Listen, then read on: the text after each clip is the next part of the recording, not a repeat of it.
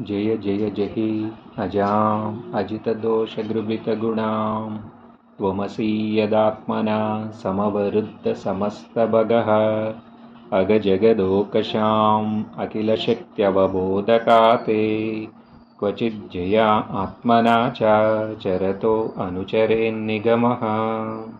నిన్న మన స్వరూప దృష్టి గురించి చర్చించాం.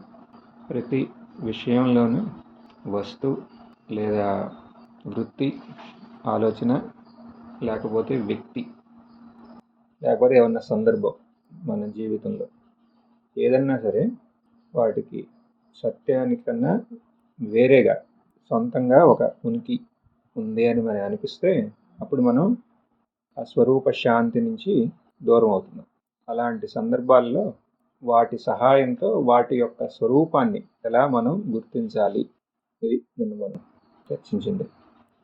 ఇది మన లైఫ్లో ఏ రకమైన అది ఇబ్బందికరమైన అవని లేకపోతే మనకి ఆనందాన్ని ఇచ్చేదైనా సరే ఏదైనా సరే వాటిలో కొట్టుపోకుండా వాటి సహాయంతో మన స్వరూపాన్ని ఎలా మనం గుర్తించగలం. స్పష్టమైన ఏమైనా సంశయాలు లేదంటే సత్సంగం అయిన తర్వాత దాన్ని స్థిరంగా ఆ బోధం అలాగే ఉండాలి అంటే మనం ఏం చేయాలి? నేను సత్సంగ ప్రకారం అంతే కదా, మనన నిధ్యాసనం ద్వారా జ్ఞానాన్ని దృఢం చేసుకోవాలి. ఎప్పటి వరకు? అదే దృఢమయ్యే వరకు కదా, అది నిలకడగా ఉన్నంత వరకు. దానికి ఎంతసేపు పడుతుంది? ఇప్పుడు మనం శ్రవణం మొదలెట్టి ఒక్కొక్కలో ఎన్నేళ్ళు అయింది? అదే మననం ఎందుకు లేదు అంటే అసలు ఎంతసేపు పడుతుంది అనే దాని క్వశ్చన్కి ఏం చెప్తాం మనం? అది యోగ్యత బట్టి ఉంటుంది. మనకి ఎంత ఇంట్రెస్ట్ ఉంది, మనకి ఎంత ఫోకస్ ఉంది, ఎన్ని ఫ్యాక్టర్స్ కదా. యోగ్యత పూర్ణంగా ఉంది అనుకుంటే ఒకసారి శ్రవణంతోనే, ఏకవార శ్రవణంతో, లేకపోతే దీర్ఘకాలం పాటు శ్రవణ మనన నిధిధ్యాసన. ఏదన్నా అంతే కదా. మామూలుగా చార్టెడ్ అకౌంటెంట్ అవ్వాలంటే ఎన్నేళ్ళు పడుతుంది అన్నాం అనుకోండి, ఏం చెప్తారు? ఆన్సర్ ఉందా దానికి? కదా, మనకు తెలిసిన వాళ్ళు ఉంటారు, కొంతమంది 3 ఏళ్ళలో కొట్టేసిన వాళ్ళు ఉంటారు, ఇంకొంతమంది 10 ఏళ్ళు తర్వాత అవుతుంది, ఇంకొంతమంది చాలా ఏళ్ళ తర్వాత ఇక వదిలేసిన వాళ్ళు ఉంటారు. ఏంటి డిఫరెన్స్ వీళ్ళందరిలో? యోగ్యత పూర్ణంగా ఉంటే చాలా తక్కువ టైం తీసుకుంటారు. లేకపోతే ఒక మార్గదర్శన ఇచ్చేవాళ్ళు సరైన వాళ్ళు దొరికితే కూడా ఫాస్ట్. అది కూడా లేదనుకోండి, ఇంకేమవుతుంది అప్పుడు? వాళ్ళకి ఆ యోగ్యత లేదు, మళ్ళీ నిర్దేశం సరిగ్గా లేదు. నిర్దేశం సరిగ్గా లేకపోతే అసలు పూర్తి అవ్వదు, చాలా ఏళ్ళ తర్వాత తీసుకొచ్చేసి వదిలేస్తారు. సేమ్ ఇది గుర్తుపెట్టుకుంటే సరే. స్వరూప జ్ఞానం కూడా అలాగే. కానీ దీనికి అక్కడలా కాదు, ఇక్కడ మొదటి నుంచి ఒక ఆనందం ఉంటుంది. అది అక్కడేంటి అంతా అయ్యి మళ్ళీ అదేంటి అప్రెంటిస్ అన్నీ చేసి తర్వాత ఎన్నో ఏళ్ళకి సెటిల్ అవుతారు వాళ్ళు. ఇక్కడ అలా కాదు, ఇంటూనే. అందుకనే కదా ఒకసారి ఇంటం ఎంతో కొంత అర్థమైంది అంటే ఇక వాళ్ళు ఇంటూనే ఉంటారు. అందుకని లోన అది ఇంట అంటే వాళ్ళకి ఒక ఆ వ్యక్తిత్వం నుంచి వేరేగా స్వరూపంగా ఉండే అంత యోగ్యత ఉంది వాళ్ళకి. మీకు తెలిసే ఉంటుంది కదా, కొంతమందిని చెప్పి రమ్మని ఈడ్చుకొచ్చినా మధ్యలో పారిపోతారు.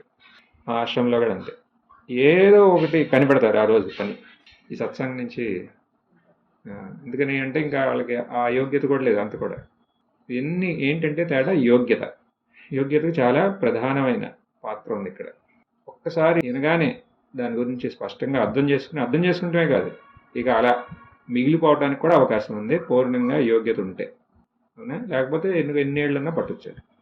అయినా సరిగ్గా ఒక నిర్దేశం ఉన్న మార్గంలో ఉంటే అది ఒక బాధలాగా ఏమి ఉండదు. బాధ అంటే దానివల్ల మనకి దుఃఖానికి కారణం అవ్వదు అది. అందుకని సత్సంగం అంటే ఏంటి? సత్తుకి దగ్గర వెళ్తున్నాం మనం. దగ్గర వెళ్తా అంటే ఇక అసత్తు నుంచి దూరం అవుతానే ఉంటాం. సత్తు శాంతికి తోడ్పడుతుంది అంటే మరి అశాంతి నుంచి దూరం అవుతున్నామా లేదా? సో ఇదేంటిది మార్గం? మోక్షానికి మార్గం అంటారు కొంతమంది. ఒక శాశ్వతమైన శాంతికి మార్గం. దేని నుంచి మోక్షం? అజ్ఞానం నుంచి మోక్షం. ఈ మార్గం స్వరూప జ్ఞానం యొక్క మార్గం, స్వరూప అనుభవం యొక్క మార్గం. దీన్నే సాక్షాత్కారం అంటారు. సాక్షాత్కారం అంటే ఏంటి? ఎన్లైట్మెంట్ అంటాం కదా. Are you enlightened? So is enlightenment easy or difficult అంటే అది సులభమా కఠినమా? మనస్ఫూర్తిగా చెప్పండి. సులభమా కఠినమా? కఠినం. సులభం కఠినం రెండు. మనస్ఫూర్తిగా చెప్పాలంటే సులభం అంటే సులభం, కఠినం అంటే కఠినం. సులభం అంటే బాగా సులభం కన్నా సులభం అంటున్నాం. కఠినం అంటే కఠినం ఇంకా మనం చెప్పలేనంత కఠినం. రెండు కరెక్టే. రెండు కరెక్ట్ ఎలా అవుతాయి? అది మనం కనిపెట్టాల్సిందే కదా. ఇదేంటిది రెండు ఎలా అవుతాయి? మనకే అనిపిస్తుంది అప్పుడప్పుడు, ఓహ్ ఇదే ఉంది, ఇది ఎంత తేలిగా. మళ్ళీ అప్పుడప్పుడు ఇది మన వల్ల ఏమని కాదు, వేరే పని చూసుకుంటాం బెటర్ అనిపిస్తుంది. ఎందుకని ఇలా ఉందండి? ఇది సులభం మళ్ళీ కఠినం కూడా. అది ఎలా సులభం కఠినం అంటే ఇది ఇవాళ మన టాపిక్. 19, 37 ఈ రెండు శ్లోకాల్లో దీని గురించే. 19వ శ్లోకం ఏంటి? స్వకృత విచిత్రయోనిషు విషాన్నివ హేతుతయా తరతమతశ్చకాసి అనలవత్ స్వకృతానుకృతి అత వితతా స్వమూషు అవితతం తవ ధామ సమం విరజదియో అన్వయంతి అభివిపన్యవ ఏకరసం. ఏమంటున్నారు ఇక్కడ? స్వకృత విచిత్ర యోనిషు విషాన్నివ హేతుతయా తరతమతం చకాసి అనలవత్ స్వకృతానుకృతి. సో మొదటి రెండు లైన్స్లో ఇక్కడ ఎంత సులభమో చెబుతున్నారు. ఏంటిది? స్వకృత విచిత్ర యోనిషు. సో ఇదంతా ఎలా వచ్చింది అన్నాం అనుకోండి. ఒకటి ఈశ్వరుడు సృష్టించాడు అంట. కానీ మనం ఎలా సృష్టిస్తున్నాం? ఆ ఏ తత్వం ఉందో ఆ తత్వం ఇలా ప్రకటన అయిందంటున్నాం. ఉన్న ఒకే ఏకమే అద్వితీయ తత్వం అది ఇలా ప్రకటన అయిందంటున్నాం. అదే ప్రకటన అయిందంటే దాని అర్థం ఏంటి? అది వేరేగా ఉండి దీన్ని సృష్టించటం కాదు కదా. అదే ఇలా ప్రకటన అయిందంటే అదే దీంట్లో ఉంది, ప్రవేశించిందని. సృష్టించడం ప్రవేశించడం ఒకేసారి అయిపోయింది. సృష్టివా తదేవ అనుప్రావిశత్ అంటామే. అలా సృష్టించింది, ఆ సృష్టిలో ఉంది కూడా ఆ ఈశ్వరతత్వం లేదా సచ్చిదానంద తత్వం కాకుండా రెండోది లేదు. కాబట్టి మనకి కనపడి మన అనుభవంలో ఉన్నదంతా అది కాకుండా వేరేది కాదు. ఇది మనం ఇదివరకు ఆల్రెడీ చర్చించామా? మన సహజంగా ఉన్న మన సుషుప్తి అనుభవం ద్వారా దీన్ని మనం చర్చించాం. అదే ఇక్కడ చెబుతున్నారు. స్వకృత విచిత్రనుషు విషాన్యవ హేతుతయ. తర్వాత ఒక ఉదాహరణ ద్వారా దాన్ని ఇంకా స్పష్టం చేస్తున్నారు. ఏంటా ఉదాహరణ? అనలవత్. ఇప్పుడు ఒక అగ్ని ఉందనుకోండి. అగ్నికి ఒక చింగారం అంటామా, ఒక ప్రకాశమే కాదు, రకరకాల షేప్స్లో. ఇప్పుడు మనం కొన్ని చెక్క ముక్కలతో మనకు అగ్ని ప్రకటన అయితే అది దాని ప్రకాశం పెరుగుతా వెళ్తా అంటే అది బాగా ఇంటెన్సిటీ పెరుగుతా అంటే అప్పుడు దాంట్లో గాలి కూడా వస్తే అప్పుడు ఏమవుతుంది? అటు ఇటు రకరకాల షేప్స్ కనపడతాయి మనకు అక్కడ. రకరకాల రంగుల్లో రకరకాల యొక్క ఆకారాల్లో అగ్ని అక్కడ ప్రకటన అవుతుంది. అదేంటిది? అగ్ని ఆ అన్ని ఆకారాల్లో ఏముంది? అగ్ని కాకుండా రెండోది లేదు. అవునా? రకరకాల రంగులు. ఇదేంటి ఈ రకంగా ఈ షేప్ వచ్చింది అనుకుంటారు. ఆ అగ్నికి ఎలా కావాలంటే అలా ఆ ఆకృతుల్లో అది ప్రకటన అవుతుంది. అంటే ఏంటి? ఆ అన్నిట్లో ఏముంది? అగ్ని కాకుండా రెండోది ఉందా? లేదు. ఇప్పుడు చూడండి, ఇప్పుడు ఇదంతా ఏంటి అన్నాం అనుకోండి, ఆ సచ్చిదానందమైన ఆ పరమతత్వం కాకుండా రెండోది ఏమైనా ఉందా ఇక్కడ? లేదు. అప్పుడు మనం ఏం దర్శించినా దేన్ని స్పర్శించినా మనం అసలు దేని గురించి మనం తెలుసుకుంటున్నాం? పరమాత్మనేగా. ఇప్పుడు అక్కడ ఎన్ని రూపాల్లో చూసినా మనకు దర్శనం అయ్యేది అగ్నే కాదా? చూడండి ఎంత మంచి ఉదాహరణ. అలాంటప్పుడు అసలు ఉన్నది అదే, అది ఎలా కావాలంటే అలా ప్రకటన అవుతాయండి. అది దాన్ని మనం గుర్తించడానికి ఏంటి కష్టం? అది ఏంటి? అది అసలు అదేనా అంటే ఈ నామరూపాల్లో కొట్టుకుపోతే కష్టం అని నిన్న మనం చూసాం. అలా కాకుండా స్పష్టంగా ఈ నామరూపాలు లేనప్పుడు ఏముంది? స్వరూపమే ఉంది. స్వరూపం ఎలా ఉంది? సచ్చిదానందంగా ఉంది. తర్వాత ఇది ప్రకటమైనప్పుడు అదే ప్రకటన అవుతుంది. అంతే కదా. ఇప్పుడు ఈ అగ్ని మనం అక్కడే నుంచుని ఉందాం అనుకోండి, అక్కడ ఆ చెక్క ముక్కలకే అది మనం వెలిగించే ముందు అక్కడ నుంచుని అప్పుడు మనకు తెలుస్తుంది అక్కడ ఏమీ లేదని. ఇక్కడికి ఉంది, ఏం లేదు. తర్వాత మెల్లగా ఒక అగ్ని రూపం తీసుకుంది. తర్వాత అది చాలా పెద్దది, విస్తారణంగా, ఇంత పెద్ద అగ్ని ఒక రూమ్ అంత సైజులోకి వచ్చేసింది. అప్పుడు ఇంకా రకరకాల ఆకారాలు ఆకృతులు కనపడుతున్నాయి దాంట్లో. అప్పుడు మనం ముందు నుంచి అక్కడే ఉన్నామా? ఇప్పుడు మనం ఏమనుకోండి, ఏం లేదు, ఇదంతా అగ్ని. అదంతా ఆ పిల్లలు వచ్చి ఇదేంటి ఇదేంటి అంటారు. ఏం లేదు, అదంతా అగ్ని యొక్క నానా రూపాలు. ఇప్పుడు అలాగే ఇక్కడ కూడా ఈ తత్వం ఉంది. తత్వాన్ని మనం స్పష్టంగా గుర్తించాం. ఆ తత్వం ఎలా కావాలంటే అలా అది ప్రకటన అవుతుంది. దాన్ని గుర్తించడానికి ఎంత కష్టం? కష్టమే లేదు, అవునా? కాబట్టే ఇది సులభం అంటున్నాం. మరి కఠినం ఎంత కనిపిస్తుంది అంటే ఒక విచిత్రం ఇది ఉంది ఇక్కడ దీంట్లో.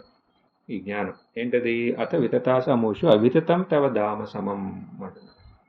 పెక్యులియారిటీ, there is a పెక్యులియారిటీ for this knowledge. ఏంటి ఆ పెక్యులియారిటీ? పెక్యులియారిటీ కొంచెం వేరేగా ఉంది, ఇది కొంచెం విచిత్రంగా ఉంది. ఇది ఏంటి ఆ విచిత్రం? ఇది ఈ నామరూపాలు ఉన్నాయే, ఈ నామరూపాలుగా చూస్తే అవి సత్యం కాదు, అవి మారుతున్నాయి. కానీ వీటి స్వరూపంగా ఉంది అది అంటున్నాం. ఈ నామరూపాలు ఎక్కడి నుంచి వచ్చినాయి? మనం ఈ సత్యాన్ని గుర్తించకుండా గమనించకుండా ఉన్నప్పుడు మన వ్యవహారం కోసం ఇన్ని రకరకాల రూపాల్లో ఉన్న ఈ ఆకృతులన్నిటికీ మనం పేరు పెట్టుకున్నాం మన వ్యవహారం కోసం. ఇప్పుడు మీ అందరికీ వేరే వేరే పేర్లు ఉన్నాయా? అందరూ సచ్చిదానందం అని అనగలనా నేను? ఇక్కడ ఇద్దరు సచ్చిదానందాలు అని అంటే అప్పుడు అసలు ఏం మాట్లాడుతున్నావు, ఎవరితో మాట్లాడుతున్నావు అని అర్థం కాదు. అప్పుడు మనం ఏమంటాం? ఒక్కొక్కళ్ళకి ఒక పేరు, అవునా? పేరు పెట్టామా? వ్యవహారం కోసం పెట్టుకున్నాం. తర్వాత ఆ ఆకృతికి ఆ పేరు ఇచ్చి ఇక ఈ సచ్చిదానందం నుంచి వేరేగా ఉన్నాయి అని భావించేశాం. అయిపోయింది ఇంకా ఆకృతి. ఇది విచిత్రం అంటే. అసలు అది కాకుండా రెండోది ఏం లేదు. వ్యవహారం కోసం మనం నామరూపాలు ఈ రూపాలకి నామాలు పెట్టాం. కానీ అసలు వీటి స్వరూపాన్ని మనం గుర్తించకుండా వీటికి ఒక వ్యక్తిగత అస్తిత్వం ఉందే అని భావిస్తున్నాం.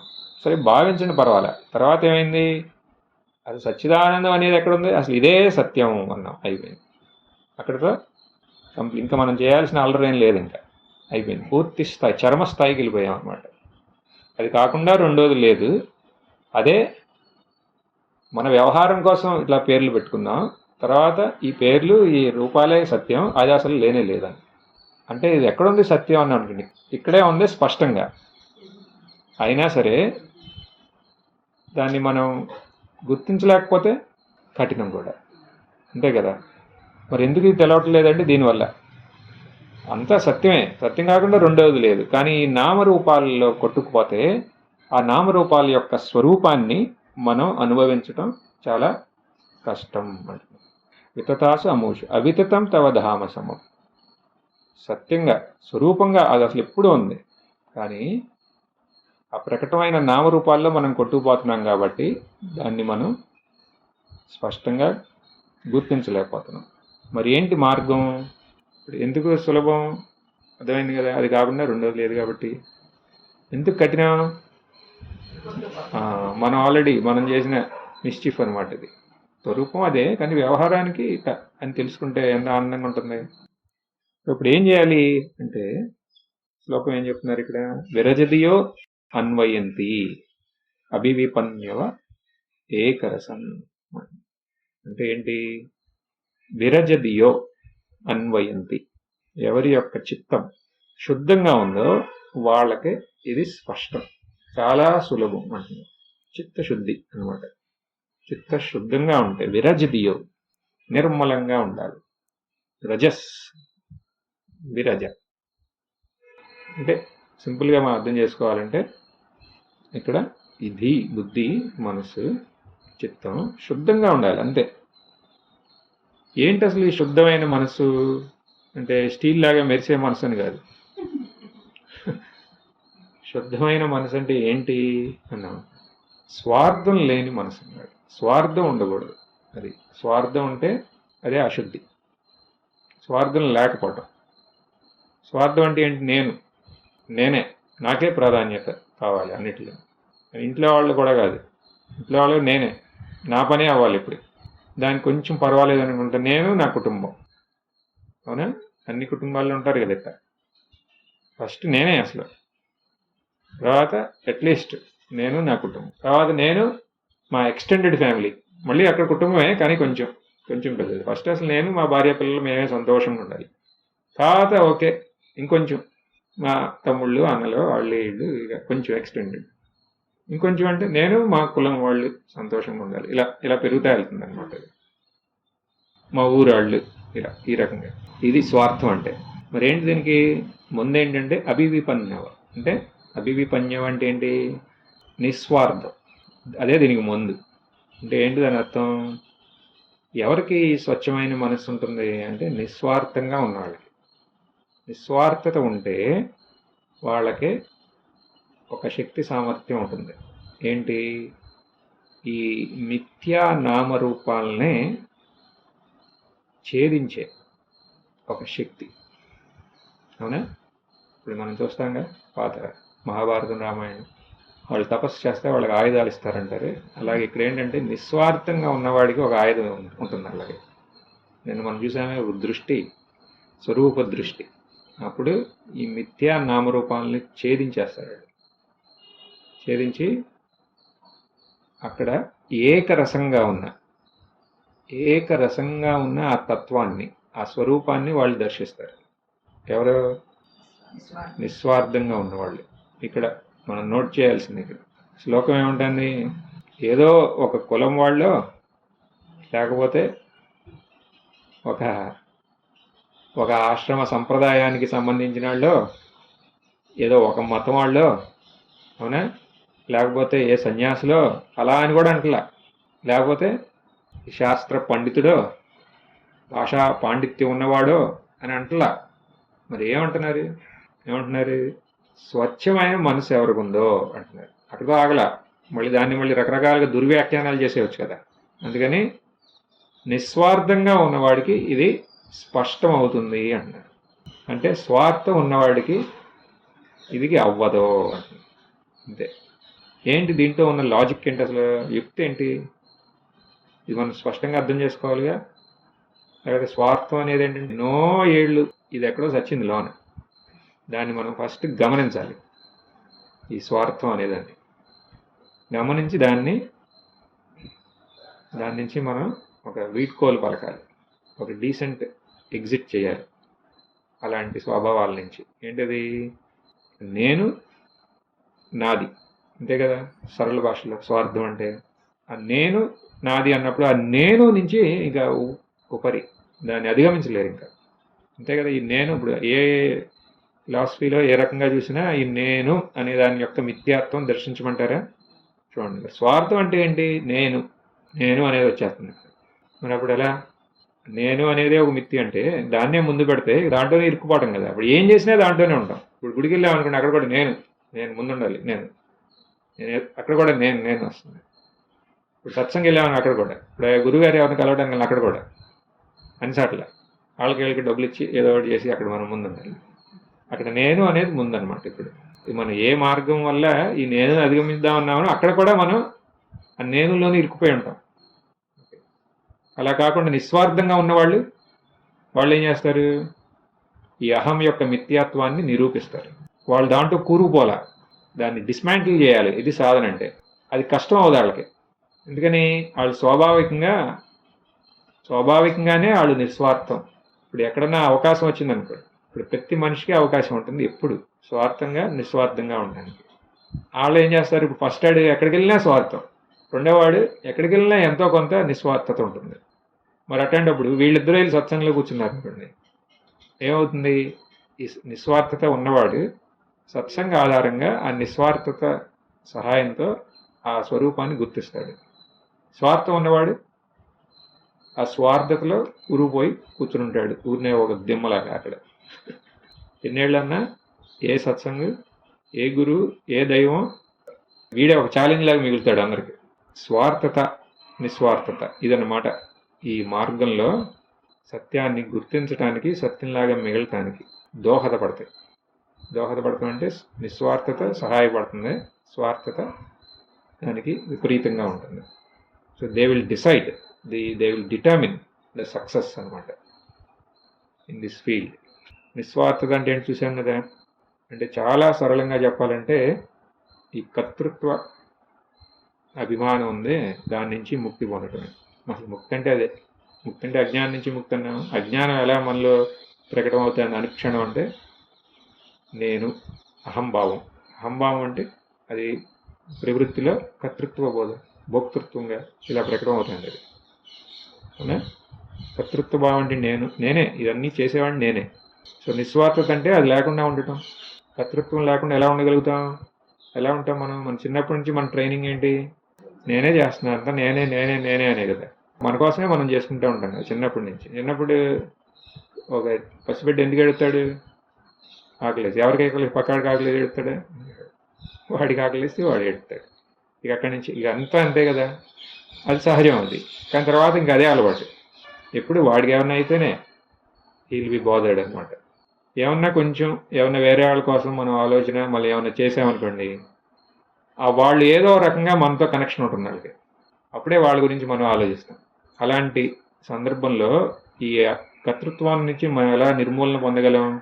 ఎలా పొందగలం అంటే మన సమాజంలో ఏముంది, దానికి మార్గంగా పెట్టింది ఏంటంటే నిస్వార్థ భక్తి. నిస్వార్థమైన భక్తి అక్కడితో మొదలెట్టున్నాడు. ఫస్ట్ స్టార్ట్ అది, నిస్వార్థమైన భక్తి. అంటే భగవంతుడిని కోరదు, నాకు అది ఇది అది మనకే గుర్తున్నది అసలు ఇప్పుడు వరకు ఏమేమి కోరాము అనేది. అవునా? ఇప్పుడు మీరు ఏదో కోరారు ఆయన్ని నిస్వార్థంగా, ఆయన ఏం చేస్తాడు, ఏదో పడేస్తే పోతాడని ఆయన రెడీగా ఉన్నాడు. సరే వీడి ఎంత వీడి ఇంటెన్షన్ ఉందో చూడాలి కదా అని. రేపు వెళ్ళేవాడికి ఇదిగే గుర్తుండదో ఏమడిగాడు, ఇంకోటి అడుగుతాడు ఇదనమాట. ఆయన కూడా కన్ఫ్యూజ్డ్ అప్పుడు.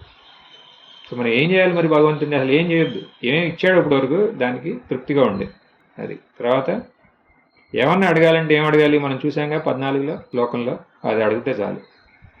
ఆయన స్వరూపాన్ని స్పష్టంగా నాకు అనుభవంలోకి రావాలి. ఆయన స్వరూపం అంటే ఏంటి? కనపడే నామరూప జగజ్జాలం యొక్క స్వరూపం నాకు స్పష్టం. అంటే ఏంటి దాని అర్థం? నా యొక్క స్వరూపాన్ని నేను స్పష్టంగా తెలుసుకోవాలి. ఇది కాకుండా ఇంకా అడగడానికి ఏమైనా ఉందా? ఇది లేకుండా ఏమన్నా ఉన్నట్టేనా? లేదంటే ఇది ఉంటే ఇంకా ఏదైనా కావాలా? అవసరం. ఇప్పుడు మనకి నిష్కామ భక్తి ఉందని ఎలా తెలుస్తుంది? నిష్కామ భక్తి ఉంటే నిష్కామ సేవకి వెళ్తాం. ఎందుకని? రెండు కలిసే ఉంటాయి ఎప్పుడు. నిష్కామ భక్తి ఉంటే నిష్కామ సేవ. నిష్కామ భక్తి నిష్కామ సేవ ఉన్నాయని ఎలా తెలుస్తాయి? మనకి భగవంతుడి యొక్క అనుగ్రహం ఉంటుంది. ఈ రెండు ఉండే, ఇంకా రెండు ఒకటే ఒక రకంగా. నిష్కామ భక్తి ఉంటే అప్పుడు భగవంతుడిని ఎక్కడో ఒకసాటికి మనం సీమితం చెయ్యం. ఏ గుళ్ళోనో గోపురంలోనో ఇక్కడే ఉన్నాడు అని మనం అనుకోం. అక్కడికే వెళ్ళాలి భగవంతుడి యొక్క దర్శనానికి అని మనం అనుకుంటామా? అనుకో.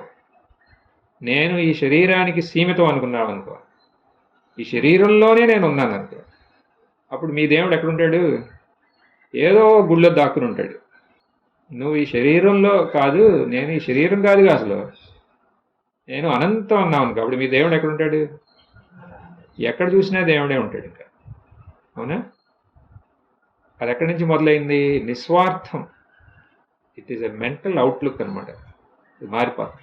నిస్వార్థంగా ఉన్నవాడు నిస్వార్థ సేవ కూడా ఉంటుంది. వాడికి భగవంతుడి యొక్క అనుగ్రహం ఉంటుంది. భగవంతుడి యొక్క అనుగ్రహం ఉంటే దాని అర్థం ఏంటి? భగవంతుడిని అన్ని సార్లు దర్శిస్తాడు. అంతేగాని పొద్దున గుడికి, మధ్యాహ్నం గుడికి, సాయంత్రం గుడికి తిరగడం. మనం ఏమనుకుంటాం? భగవంతుడి యొక్క అనుగ్రహం ఉంటే అనుకుంటాం. కాదు. చూడండి, కంప్లీట్ తారుమారైపోయింది. భగవంతుడు వాడిని ఎన్నిసార్లు పిలుస్తాడంటే కొంచెం అల్లరి చేయకుండా ఉంటాడు, బయట నా దగ్గర రారా బాబు అంటాడు, అందుకని అట్లా లాక్కెళ్తాడు. రెండో వాడికి ఎందుకు ఇక్కడ పని? అన్నిసార్లు భగవంతుడి దర్శనం చేసుకుంటే దానికన్నా ఇంకా ఉత్తమమైనది ఏమైనా ఉందా? భగవంతుడికి కావాల్సింది అదే కదా. అది భగవంతుడి యొక్క అనుగ్రహం మన మీద ఉందని తెలిసేది ఇప్పుడు భగవంతుడిని అంతటా దర్శిస్తాంటే అదే కదా. చూడండి, నిస్వార్థ భక్తి ఉందని అట్లా తెలుస్తుంది. నిస్వార్థ సేవ ఉండాలి. సేవ అంటే ఏంటి? భగవంతుడినే దర్శించుకుంటూ మనకేమీ ప్రయోజనం ఆశించకుండా సేవ చేయటం. అది ఎక్కడి నుంచి ఇంటికాడి నుంచే మొదలెట్టచ్చు. ఫస్ట్ నేను నా షెడ్యూల్ అని కాకుండా ఇంట్లో ఉన్నాళ్ళని ఆదరించండి, తర్వాత బయట వాళ్ళని, అలా దానికి ఇంకా అంతం లేదు. అప్పుడు భగవంతుడి యొక్క అనుగ్రహం. ఆయన అనుగ్రహం ఉందని ఎలా తెలుస్తుంది అంటే ఈ శ్రవణం మీద మనకి రుచి కలుగుతుంది. ఏం శ్రవణం? శ్రవణం అంటే ఏదో యూట్యూబ్లో తెలిసేసి ఏదో ఒకటి అని కాదు. స్వరూపం గురించి మనకు తెలుసుకోవాలి అని ఒక ఇచ్చ మనలో ఉదయిస్తుంది. అంతేనా? ఆయన అనుగ్రహం ఉంటే అంతేకాదు, ఒక అవకాశం దొరుకుతుంది. దాన్ని స్పష్టంగా ఎక్కడైతే దానికి డిస్కషన్ అవుతుందో అక్కడికి వెళ్ళాలని ఒక మనసు వస్తుంది. వాళ్ళ సామీప్యం, ఒక అవకాశం దొరుకుతుంది. తర్వాత వాటి సహాయంతో మనలో ఉన్న సంశయాలు ఏంటి అనేది మనకి స్పష్టం అవుతాయి. వాటిని నిర్మూలించుకోవడం కోసం మననం చేయాలనిపిస్తుంది. అంటే స్వరూపాన్ని గుర్తించి స్వరూపంలాగానే మిగలాలి అనే ఒక ఉత్సాహం వస్తుంది. ఇవన్నీ ఎక్కడి నుంచి వస్తున్నాయి?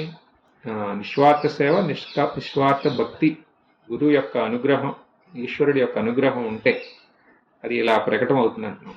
సో ఇప్పుడు మనకి చాలామంది ఎన్నో ఏళ్ళ నుంచి సత్సంగులు వింటూ ఉంటారు. ఎన్నో ఏళ్ళ నుంచి కొంతమంది మహా గురువుల దగ్గరే ఉండిపోతారు ఎన్నో ఏళ్ళు. అయినా వాళ్ళకి ఈ మార్గంలో ఏమన్నా లాభం ఉందా అంటే వాళ్ళని అడిగితే చెప్పుకోదగ్గేం లేదంటారు. తెలుసా అటువంటి వాళ్ళు ఉన్నారా? ఎందుకే లాభం లేదు, ఇన్నేళ్ళు ఇక్కడ ఉన్నారు మీరు అందరూ ఎట్లా అంటే, ఈ మార్గం అంతేగా, ఎన్నో జన్మల తర్వాతే దీనికి ఏమన్నా ఉంటే అప్పుడే ఉంటుంది, బహూనాం జన్మలు అవునా, ఎన్నో జన్మలు, ఇలాంటి కుట్టి సాకులు చెప్తూ ఉంటారు. మరి మనం ఎలా అనగలం ఇప్పుడు సులభం అని? మనకేమో ఏదో ఒక ఎన్ని చేస్తే ఒక గురు సామీప్యం ఉంటుంది, అప్పుడు మనకి సప్తం గురించి తెలుసుకుంటాం. కానీ అక్కడ ఉండేవాళ్ళే చాలా మందికి ఇంకా ఎన్నో ఏళ్ళ నుంచి వెళ్తున్నారు. అసలు ఏంటి దీని గొడవ, దీని రహస్యం ఏంటి అని అనిపిస్తుంది. దీని యొక్క సమాధానం 39వ శ్లోకంలో ఉంది. ఇది న సముద్ధరంతి యతయో హృది కామజట దురధిగమో అసతాం హృది గతో అస్మృత కంఠమణి అసుతృపయోగినాం ఉభయతో అపి అసుకం భగవన్ అనపగత అంతకాత్ అనధిరూఢ పదాద్భవతః. ఏమంటున్నారు ఇక్కడ? మొదట 2 వాక్యాల్లో మన యొక్క కోరికలులో మనం కొట్టుకుపోయామనుకో, ఎలాంటి విషయాల మీద కోరికలు?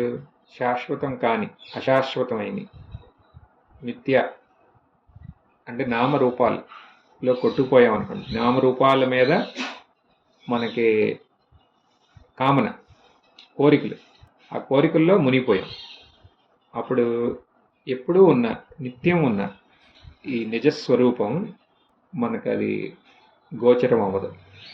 అది చెబుతున్నారు ఇక్కడ. ఎదిన సముద్ధరంతి యతయో హృది కామజట. కామనలు మన హృదయంలో బాగా దృఢమైన ఈ కామనలను సముద్ధరంతి, దాన్ని పెకలించి పారేయాలంట. పారేయకపోతే చాలా కష్టం అంటున్నారు ఈ మార్గంలో. అది ఎప్పుడూ మనలోనే ఉందంటున్నారు. మళ్ళీ దురది అసతాం సరి హృది, మనలోనే, మనమే అది అయి ఉన్నాం. ఇంకొకటి చూడండి, మనమే అది అయి ఉన్నాం, అది కాకుండా రెండోది ఏం లేదు. అయినా సరే కష్టం. ఎప్పుడు కష్టం? ఈ కామనల్ని మనం దాన్ని పెకలించి పారేయాలి, లేకపోతే చాలా కష్టం అంటున్నాం. చూడండి, మనమే అది అయి ఉన్నాం అంటున్నాం, మళ్ళీ తెలుసుకోలేకపోతున్నాం ఈ కోరికలు, బాహ్య కోరికల వల్ల. అదేంటి? అది ఎప్పుడు ఉందా? ఎప్పుడు ఉంది, కానీ మీకు అనుభవంలోకి రాదు. ఎప్పుడైతే మీకు అదే కావాలి, అది కాకుండా రెండోది వద్దు, అదే కావాలి అనుకునే వరకు ఇది మీకు లభ్యం కాదు అంటున్నారు. అలా అవుతుందంటే అవుతుంది. అందుకని వేరే కామన్లు ఉన్నాయనుకోండి, రకరకాల కామన్లు ఉంటే అప్పుడు ఈ సత్యం తెలుసుకోవాలనే కామనకి శక్తి లేదు. మన స్వరూపాన్ని గుర్తించే శక్తి దానికి లేదు ఇంకా. అందుకనే మనం ఆ సత్యంగానే ఉన్నా సరే మనకి we don't have access to it, మనం దాన్ని గుర్తించే వీలు లేదు ఇంకా. మరి అది ఎప్పుడు? మనస్సు పూర్తిగా హృదయపూర్వకంగా ముముక్షుత్వంతోనే అది పొందాలి అని అనుకుంటేనే మీరు పొందగలరు. అలా అవుతుందా అంటే శ్లోకంలో ఒక ఎగ్జాంపుల్ కూడా చెప్పారు. విస్మృత కంఠ మణి అంటే ఏంటి? మనం ఒక వజ్రాల హారాన్ని వేసుకుని దానికోసమే ఎతికామనుకోండి, అక్కడెక్కడో పెడదాం అనుకున్నాం, పెట్టి ఎందుకని మళ్ళీ ఎవరన్నా అక్కడ ఇక్కడ పెడితే మళ్ళీ ఎవరన్నా పట్టుకుపోతే అని ఒక ప్లేస్ పెట్టుకున్నారు మీరు మనసులో, అక్కడ పెడదాం అనుకున్నారు. కానీ దాంతో ఎంత వ్యామోహం అంటే ఎవరన్నా పట్టుకుపోతాడేమోనని అది తీయకుండానే నిద్రపోయారు. మీరు పొద్దున్నే లేచి మీరు ఏమనుకున్నారు? అక్కడ పెడదాం అనుకున్నారు కదా, అక్కడికి వెళ్ళి ఎతికారు, అక్కడ లేదు అది. ఎందుకని? మీరు ఏమనుకున్నారు? పొద్దున్నే లేచి మళ్ళీ అది పెట్టుకుని మళ్ళీ అందరి మధ్యలో అలా తిరుగుతుంటే అందరూ ఇంకా చూస్తారు, ఇలా రకరకాల కోరికలు. ఇప్పుడు వాళ్ళు ఎవరో వేరే పెట్టుకునే ముందు నేను ఇది పెట్టుకునే వాళ్ళు వెళ్ళాలి, ఇట్లాంటి కోరికలు ఎన్నో ఉన్నాయి. దానివల్ల క్లారిటీ పోయింది అని అక్కడికి వెళ్ళి చూస్తే అది లేదు. మరి ఇది లేదని చెప్పి ఇక దాని గురించి తప్పించిపోయారు. ఏమైంది డిప్రెషన్ వెళ్ళిపోయారు. తర్వాత ఫైనల్లీ తెలిసింది ఇది ఇక్కడే ఉంది. మరి ఇదేంటిది? ఇక్కడే ఉన్నా సరే మనం గుర్తించలే. మరి దీనికోసం మనం వేరే అన్నీ చేసాం, ఉన్నా మనం గుర్తించలేకపోతున్నాం. అది ఒక రకంగా ఆ దృష్టాంతం. ఇంకో రకంగా ఎలా? అది మనకి ఉన్న మన మనసు అట్టి పెట్టకపోతే అది లేనట్టే. అవునా? చాలా వరకు అంతే. అది మనకు ఉంది కానీ మన మనసు అట్టి పెట్టలేదు అనుకోండి, అది మనకి లేనట్టే. ఏంటి ఎగ్జాంపుల్? ఎన్నో ఎగ్జాంపుల్స్ ఉంటాయి దానికి. అది మనకి ఎప్పుడు మన దగ్గరే ఉంటుంది, కానీ మన దృష్టి అటు పెట్టకపోతే అది మనకు ఉన్నట్టే కాదు. దానికి అసలు మనకు ఉందనే మనం అనుకో. మన మనసు వేరే రకరకాల వీటిలోకి వెళ్తే ఉన్నదాన్ని మనం దాన్ని నిర్లక్ష్యం చేస్తాం. అదే అంటున్నారు, మనం ఆ సత్యం, ఆ ఆనందం అదే అయినా సరే మనం దాన్ని విస్మరించి అది ఆనందం, అది శాంతికి అది ఘని అయినా సరే మనం దాన్ని విస్మరిస్తూ అశాంతితో ఉంటాం. మనం ఏం చేయాలి అంటే అవసరం లేని కామన్లన్నిటినీ తొలగించాలి. తొలగించి ఈ ఆత్మశాంతినే మనం కామించాలి. అంటే కేవలం ఈ ఆత్మశాంతి. ఎందుకని మనం ఈ శాంతిని వేరే వస్తువుల్లో దొరుకుతుంది అని అనుకున్నాం అనుకోండి, అప్పుడు మనం దేనికి ప్రాధాన్యత ఇస్తున్నాం? వస్తువుకి, అనాత్మకు ప్రాధాన్యత ఇస్తున్నాం. మరి మీరు ఆత్మజ్ఞానం ఎలా పొందుతారు? అసలు ఆ వస్తువులు ఏ వస్తువు అన్నా తీసుకోండి, దాంట్లో సుఖం శాంతి ఇచ్చే కెపాసిటీ వాటికి ఉందా? లేదు. అవి చెడం. ఏదన్నా కోరిక తీరిన తర్వాత ఆ శాంతి, ఆ ఆనందం ఎక్కడి నుంచి వస్తుంది? మన స్వరూపం నుంచేనా? స్వరూపం నుంచి కాకుండా ఇంక వేరే ఎక్కడ లేదుగా. అయినా సరే మనం ఏం చేస్తున్నాం? అది ఆ విషయంలో వస్తుందని చెప్పి ఆ విషయం వెనకాల వెళ్తున్నాం. అందుకని ఆ విషయం, ఏ విషయం అన్నా వాటి కామన్ల ద్వారా మన అజ్ఞానం దృఢమవుతుంది. అదే అనేది ఇప్పుడు ఇక్కడ ఈ శ్లోకంలో. ఈ కామన్లు మీరు ఎక్కడున్నా సరే, ఎవరు శిష్యత్వం స్వీకరించినా, అసలు ఏం చేసినా, ఏ సత్సంగకి వెళ్ళినా, ఏ గ్రంథం చదివినా, మీ కామన్లు మీలో దృఢంగా ఉన్నంత వరకు మీరు స్వరూపాన్ని గుర్తించలేరు అంటున్నాను. అందుకని లోన ఒకటి, బయట ఒకటి, అలా కూడా కుదరదు అంటున్నాను. అసలు ఇప్పుడు నేను సత్సంగం వింటున్నాను, కానీ మనకు కావాల్సింది వేరేది అక్కడ. అవునా? మనం ఎవరు అన్నారులే, ఇంతమంది వెళ్తున్నారు ఈ సత్సంగం, అందరికీ అర్థమవుతుందా అంటే వాళ్ళు అన్నారంట, మాకు అర్థం కాదు, కానీ ఇక్కడ ఏంటంటే అందరూ వెళ్తున్నారుగా, ఒక సొసైటీలో ఒక ఇది ఉంటుందని మేము కూడా వెళ్తున్నాం అంటారంట. అదేంటి, కావాల్సింది వేరు కానీ బయట వేరు, ప్రవృత్తి వేరు. అలా అయితే దానివల్ల ఉపయోగమే ఉండదని శ్లోకం ఏమంటున్నారు తర్వాత? అసతృప యోగినాం అంటే ఇక్కడ మిథ్యాచారిలాగా ఉండొద్దు అంటున్నారు. మిథ్యాచారి అంటే బయట ఇలా ఉన్నట్టు, అలా ఉండొద్దు అంటున్నారు. ప్రబల సంస్కారం వల్ల అలా అయినా సరే దాన్ని మనం గుర్తించి బయటకు వచ్చేయాలి. అందుకని మన మనసుకు మనమే చెప్తూ ఉండాలి. ఈ దృఢ జ్ఞానం లేకపోతే దానివల్ల మనకు వచ్చే నష్టం ఏంటి అనేది. అసతృప యోగినాం, వాళ్ళకి చాలా కష్టం అంటున్నారు ఇక్కడ. ఉభయతో అవి అసుఖం భగవన్, వాళ్ళకి మామూలు నష్టం కాదు, భీకరమైన నష్టం వీళ్ళకి, మహత్ నష్టం వీళ్ళకి. ఏంటి ఆ నష్టం? అనపగత అంతక అంటే అదొకటి. ఇంకోటి అనధిరూఢ పదాత్ భవతః, అనధిరూఢ పదాత్ భవతః అంటే వాళ్ళు ఆ స్వరూప అనుభవ స్థితి ఉందే, స్వరూపం యొక్క అనుభవ స్థితి అంటే ఏంటి? అది శాంతి, అంతేనా? ఇప్పుడు మన స్వరూపాన్ని మనం గుర్తించామనుకో, మనం ఎలా ఉంటాం? శాంతి. ఎప్పుడు శాంతిగా ఉంటాం? ఇప్పుడే, గుర్తించగానే. ఎందుకని? స్వరూపం అనేది ఏంటి? అనంతతేనా? అనంతత వేరే పేరే కదా శాంతి, ఆనందం అంటే. దాన్ని మనం గుర్తించి దానిలాగా మిగిలితే మనం అదే క్షణం మనం ఆనందంగా ఉంటామా? ఉంటామా? మరి ఇది గుర్తించకపోతే ఎంత నష్టం? ఇది స్పష్టం అవ్వాలంటున్నా. లేకపోతే ఏమవుతుందండి, ఈ మార్గంలోకి వచ్చిన తర్వాత మళ్ళీ ఈ మార్గం యొక్క పరమ అవస్థకి మనం చేరకుండానే మధ్యలో మార్గం మళ్ళించాం మనం, వ్యామోహం వల్ల, రకరకాల కామనల వల్ల. వాళ్ళనే ఇక్కడ అసతృప యోగిన అంటే వాళ్ళు ఉద్దేశం కరెక్టే, లక్ష్యం కూడా ఉంది, కానీ మధ్యలో వ్యతిచలించిపోయారు. అసతృప యోగిన అంటే ఇదనమాట. పోయింది మధ్యలో, ఫోకస్ పోయింది. ఇంకా అసలు ఎందుకు వచ్చాం ఈ మార్గానికి, అసలు మనం ఏం చేస్తున్నాం, ఇదంతా పోయింది. అలా ఉంటే కుదరదు అంటున్నాం. అలా ఎవరికన్నా అలా అయ్యే ప్రమాదం ఉంది. మీరు చూస్తారేమో కొంతమంది సత్సంగులు బాగా ఎప్పుడు చూసినా సత్సంగులు ఉంటాయి. తర్వాత కొన్ని అసలు ఎక్కడ అడ్రస్ ఏం లేదు. ఏంటంటే రకరకాల అయ్యి వచ్చేసినాయి. ఆ సత్సంగం వెళ్ళామో అక్కడ వాళ్ళు పరిచయం అయ్యారు, ఇక తర్వాత ఇక చాలు అంటారు. అవునా? తెలిసి అట్టంటే అది కూడా అదో బ్యాచ్. అదేంటి మరి వాళ్ళకి ముందు మొదలెట్టినప్పుడు ఇట్టంటే వీటి కోసం కాదు కదా వచ్చింది అక్కడికి? కాదు. మరి ఇప్పుడు మధ్యలో మార్గం నుంచి వ్యతిచలనం జరిగింది, భ్రంశమైంది. సో అలా అవ్వకూడదు అంటున్నాం. అలా అవ్వకుండా ఉండాలంటే ఏం చేయాలంటే ఈ రెండు గుర్తుపెట్టుకోండి అంటారు శ్లోకం. ఏంటి? అనధిరూఢ పదాత్ భవత అంటే మనం చూడండి, ఈ మార్గం వల్ల ఉపయోగం ఏంటంటే శాంతి. ఇప్పుడు మనమే క్వశ్చన్ చేసుకోవాలంటే, ఆ సహజంగా స్వరూప శాంతి నాకు లభ్యమైందా? లేదు. మరి అది లభ్యం అవ్వాలి కదా, దానికోసమే కదా ఇది వచ్చింది. ఇప్పుడు వీళ్ళందరూ దీంతో కొంచెం ప్రయాణించి మధ్యలో వదిలేసి వెళ్ళిపోయారు, కామన్లో పడిపోయారు అనుకోండి. వాళ్ళకి ఆ ముందు సంస్కారాల వల్ల మళ్ళీ ఇది గుర్తొస్తుందా?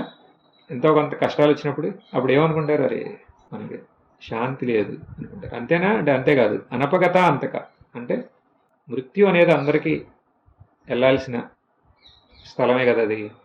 కానీ వాళ్ళకి అది దగ్గర వచ్చిన కొద్దీ ఇంకా ఇంకా లోన ఒక they will have a feeling of guilt, అంటే ఏమంటాం, చేయలేదు అని ఒక అసంతృప్తి లోన, ఏదో పొందలేదు అని ఒక అసంతృప్తి కన్నా కొంచెం ఎక్కువ, ఏదో చేయాల్సింది చేయలేదు, ఇలా నేను జీవించాల్సింది కాదు అని ఇలాంటి గుణాలు బాగా ఇబ్బంది పడుతూ ఉంటాయి. ఒకటి, వాళ్ళ స్వరూప అనుభవ స్థితిలో లేకపోవటం వల్ల శాంతి లేదు, ఇప్పుడే. అంతేకాదు, ఇక ముందుకు వెళ్తాంటే ఇక మరణం దగ్గరికి వస్తుంది, ఇక వృద్ధాప్యం వచ్చేసింది, ఇక ఏం కాన్సన్ట్రేట్ చేయలేకపోతున్నాం. తర్వాత ఇక మరణం వచ్చింది. మరణం వస్తా అంటే అయ్యో అసలు నేను ఎందుకు ఈ మార్గంలోకి వచ్చాను, అసలు నేను ఎందుకు వచ్చాను ఈ మార్గంలోకి, నా యొక్క ఈ మరణానికి అతీతంగా ఉన్న నా స్వరూపాన్ని నేను గుర్తించి స్వరూపంలాగా మిగలటం కోసం వచ్చాను. కానీ నేను అది పొందలే. మళ్ళీ మరణం వచ్చింది. అప్పుడు ఏమవుతుంది, పునరపి మరణం పునరపి జననం. అదే నేను అన్నాను, నాకు బాగా పరిచయం స్వామి, ఆయనకి 90 ఏళ్ళు, చాలా మంచి ఆత్మూల యొక్క, అంటే నాకు బాగా పరిచయం ఉన్నా. ఆయన అనేవారు, మీకేంటి బాధ, ఎప్పుడు సత్సంగంలో నాకు అంతా బాగానే ఉంది, కానీ తర్వాత ఈ జన్మలో నేను ఏమవుతానా అని. అంటే నేను కొంచెం దగ్గర కాబట్టి డీటెయిల్గా మాట్లాడేవారు, ఏమవుతానా అని. చూడండి, అంటే ఏంటి దాని అర్థం, ఈ మార్గంలో చాలా నిష్టగా ఉన్నా సరే కావాల్సినంత ఈ శ్రవణ మననాలకు వెళ్ళకపోతే అప్పుడు ఏమవుతుంది, ఆ జనన మరణానికి అతీతంగా ఉన్న స్వరూపంలో స్థితి లేకపోతే అప్పుడు అనిపిస్తుంది ఇలాంటి భయాలు వస్తాయి. చూడండి, అనపగత అంతక, guilt of not reaching the goal of moksha, అంటే అజ్ఞాన నివృత్తి. దేనికోసం మనం ఈ ప్రయాణం మొదలు పెట్టాము. శ్లోకంలో చెబుతున్నారు ఇది, ఈ 2 పాయింట్లు గుర్తుపెట్టుకోండి. శ్లోకం ఏమంటుంది, కామన్లో కొట్టుకుపోతే మన స్వరూపమే అయినా సరే దాన్ని గుర్తించలేము. గుర్తించకపోతే ఏంటి, గుర్తించకపోతే పర్వాలేదు అని అనుకోవద్దు, దానివల్ల చాలా పెద్ద నష్టం మీకోసం వేచి ఉంది. ఏంటి, బతికినంతసేపు అశాంతితో, అంటే శాంతి పొందలేదు అనే ఒక ఆవేదన. అంతేకాదు, మృత్యు వస్తుంటే అయ్యో అయిపోయిందే ఈ జన్మ, దేనికోసం నేను ఎంతో ఏకాగ్రంగా ఎన్నో ఏళ్ళు దీనికోసం కష్టపడ్డాను, అయినా సరే దాని యొక్క లక్ష్యంలో నేను చేరలేకపోయానే అని ఒక మనోవేదన. ఈ 2 వాళ్ళని పీడిస్తూ ఉంటాయి. అందుకని అది గుర్తుపెట్టుకుని ఏం చేయాలి, మరి గుర్తుపెట్టుకుని ఏం చేయాలి, కామన్లని, అనవసరమైన కామన్లు, అనవసరమైనవి, ఆ కారులో వెళ్ళాలి, ఈ కారులో వెళ్ళాలి, రకరకాలు, మీకు ఇంకా అందరికి తెలుసా, అది ఇంకా నేను దాని గురించి చెప్పలేదు. సో ఇప్పుడు స్వరూప అనుభవం సులభమా కఠినమా, అక్కడి నుంచాక స్టార్ట్ చేసింది మనం. ఎవరికి సులభం, యోగ్యత ఉన్నవాడికి సులభం, నిస్వార్థమైన భక్తి, నిస్వార్థ సేవ ఉన్నవాడికి చాలా ఇది సులభం. ఎందుకని అక్కడ స్వార్థం అనేది లేదు, నిస్వార్థం వాళ్ళకి ఇది చాలా సులభం. కఠినం ఎవరికి, కోరికలు, ఈ భౌతిక కోరికలు, లిమిట్లెస్గా ఈ కోరికలు ఉన్నాయి అనుకోండి, అప్పుడు ఇంకెలా అవుతుంది. కోరికలు అంటే ఏముందంగా, మనం అన్నిట్లోనూ అదే, ఇప్పుడు మనం ఉండే ఇల్లు కానించి, తినే తిండి కానించి, వేసుకునే వస్త్రాలు కానించి, తిరిగే బళ్ళు కానించి అన్నీ అయ్యే కదా. దానికి లిమిటే ఉంది, అది ఎంత కావాలో అంత, దానికి మితిమీరిపోకూడదు కదా. అంటే వేరే వాళ్ళకి ఏదన్నా చేసి నేను నా యొక్క కామలను నేను తీర్చుకోవాలి అని అనుకుంటే మళ్ళీ నువ్వు ఇక ఈ రకంగా నాకు స్వరూపం మోక్షం అనే మాట మాట్లాడము. ఇప్పుడు జంతువులన్నీ ఏమనవు కదా, మాకు మోక్షం కావాలి, అది కావాలి, ఇది కావాలి, వాడికి ఎలా కావాలంటే వాళ్ళు జీవిస్తే వాటి కామన్లు వాటి తీర్చు. సో ఆ లిస్టులో మనం కూడా ఉండడం పోనీ. అలా కాదు, నాకు ఇవన్నీ కావాలి, నాకు ఈ స్వరూప శాంతి కావాలి, రకరకాల శబ్దాలతో వాటిని వర్ణిస్తూ ఇవన్నీ నాకు కావాలంటే కుదరదు. ఈ కామన్లని తగ్గించి నిస్వార్థతనే పెంపొందించుకోండి. కామన్లు తగ్గించి నిస్వార్థతని పెంపొందించుకుని స్వరూప అనుభవం మాత్రమే మనం దృఢంగా కామించాలి. దానివల్ల నిస్వార్థత మనలో పెంపొందింపబడుతుంది. మన స్వరూపాన్ని స్పష్టంగా ఇప్పుడే మనం అనుభవించగలం. ఓం పూర్ణమద పూర్ణమిదం పూర్ణాత్ పూర్ణముదచ్యతే పూర్ణస్య పూర్ణమాదాయ పూర్ణమేవావశిష్యతే. ఓం శాంతి శాంతి శాంతి.